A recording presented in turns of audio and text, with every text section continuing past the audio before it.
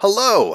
I'm Evan Shultz, and this is Bromeliad, a family game for 2 to 6 players, ages 8 and up, that plays in about 30 minutes. Bromeliad is a tile-laying area control game. Players take turns adding tiles with colorful frogs to a growing rainforest mosaic, trying to control territories with lots of bugs in order to score points. You control a territory if you have the hungriest frog in that territory. That is, the frog with the fewest bugs on its tile. Just like in real life. The game is over when someone has scored 100 points or 150 in a game with 5 or 6 players. On your turn, you play a tile from your hand and may use its special ability to affect a neighboring tile, making it yours, making it no one's, making it more valuable, or moving it somewhere else.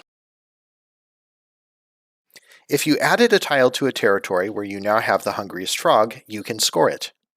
Because scoring a territory requires adding a tile to it, the more players fight over it, the more valuable it becomes, much like games such as Cover Your Assets or Modern Art. Players can forego scoring at the end of their turn to gain a butterfly token, which they can spend on a later turn to play an extra tile.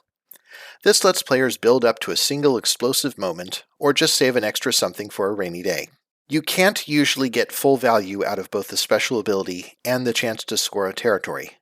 Usually you'll have to decide which is more valuable. But when you do find a way to do both, it feels great.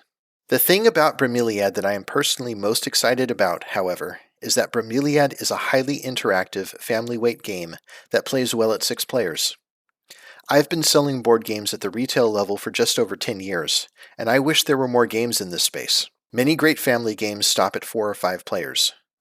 Those family board and card games that do go to 6, 7, or even 8 players usually have very little direct interaction. Bromeliad is in that sweet spot where you can interact with and care about what 5 other players are doing. It's also a game where thwarting another player's best-laid plans feels satisfying, but not too mean. Not that there's anything wrong with that. The latest rulebook is only 8 pages with large illustrations, and it only takes a half hour to play. Give it a try and see if you like it as much as our playtesters have. And thank you for your consideration.